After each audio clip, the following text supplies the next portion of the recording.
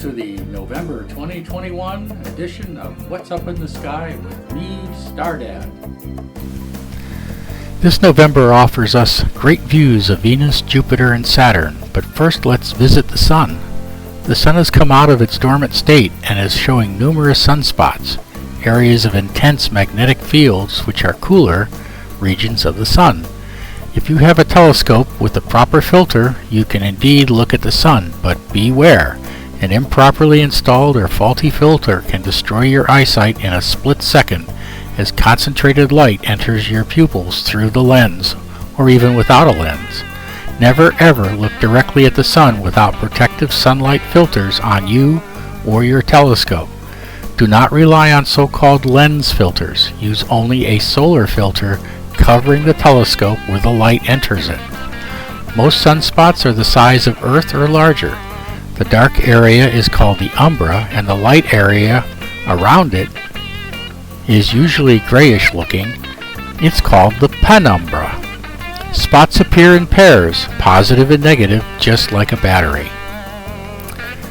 Mercury is still a morning planet, low in the southeast in the pre-dawn hour. As the month progresses, it gets closer in alignment to the Sun.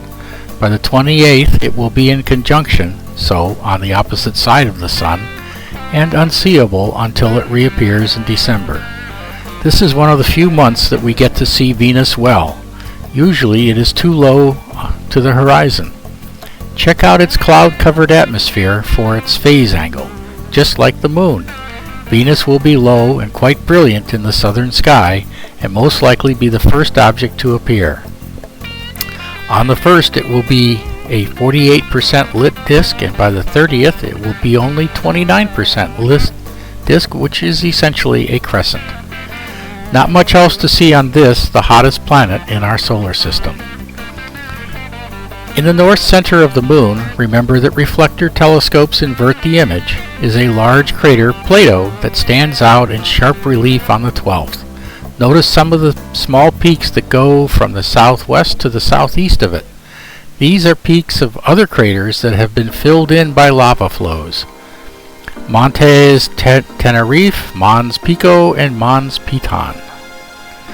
Mars is still in conjunction with the Sun, which is precisely occurring on the 10th, but unviewable until it slips around the backside of the Sun at the end of the month. So Mars is about as far away as it gets from us on the opposite side of the Sun. And now for the spectacular biggies. Jupiter rides relatively high in the sky to the south. Crank up the power on your telescope by using a small lens. Don't forget that the rule of thumb for maximum magnification is 50 times D, where D is the diameter of your telescope lens or mirror. For my 8-inch telescope, that is 400 power. For my 4-inch telescope, that's 200 power. 200 power will allow a pretty decent view, and most small telescopes can achieve this if the sky is not too turbulent from the heat of the day rising in the atmosphere. November is a good time to observe because the differential between day and nighttime temperature is not nearly as great as that during the summer months. See if you can find the Great Red Spot, which is a huge hurricane. It is fading slightly in color, but still a treat. With Jupiter's fast 11-hour day, you should be able to see it sometime during the night. See if you can catch one of the moons or its shadow crossing the face of Jupiter. I have yet to see a shadow. Jupiter pulls ahead of Saturn in its relative motion to us, so Saturn will be well to the west of Jupiter, but still to the south. Being dimmer, it is not as easy to spot, but still brighter than any star. The rings are always a delight to view, and especially look for the Cassini division, or the dark ring that separates the interior from the outer rings. Also look for Titan, its largest moon. Uranus reaches opposition on the 4th, about 18 degrees southwest of the Pleiades, or Seven Sisters. The best time to view it, or really any astronomical object, is when it is high in the sky. There's a lot less atmosphere to go through. It is a greenish blue and resolves into a small disk, so don't confuse it with a nearby star, Omicron Aridis, which is the same 5.7 magnitude. Uranus is the furthest planet to be seen with the naked eye in dark skies. It lies about 1.75 billion miles away. Neptune lies around 2.8 billion miles away and is too faint to see without binoculars or a telescope. At a magnitude of 7.7, you will find it in Aquarius near Phi. It is a disk of a mere 2 arcseconds in size, so it will be just a dot in most telescopes. On December 1st, it will appear to not move at all as our orbit causes this phenomenon.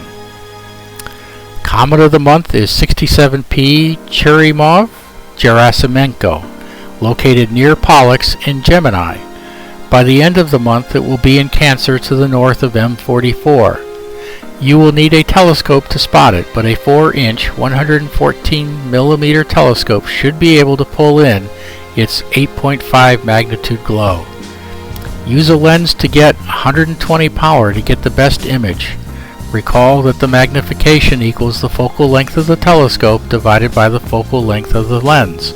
Thus, for my focal length 1000mm telescope and a 9mm lens yields 1000 divided by 9, which equals approximately 111 power.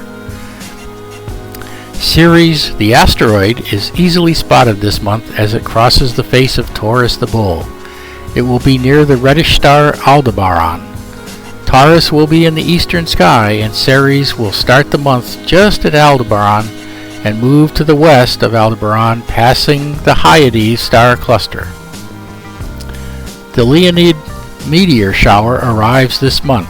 Leo rises above the eastern horizon around midnight. This particular debris field is thinning out with just 10 meteors per hour and is caused by the remnants of Comet 55P Swift-Tuttle, which last graced the inner solar system in 1998. Our constellation of the month is Scutum, located to the south-southwest in the early evening. This small constellation will lie just to the northwest of the bright planet Venus. It is surrounded by Sagittarius, Aquila, and Ophiuchus. Inside this constellation is a collection of stars known as the Wild Duck Cluster, or Messier number 11. I find it impossible to see a duck, but perhaps you do. Here's the list of important dates. Here's the monthly orrery centered on Earth on the 15th of the month. So go out and enjoy the night sky.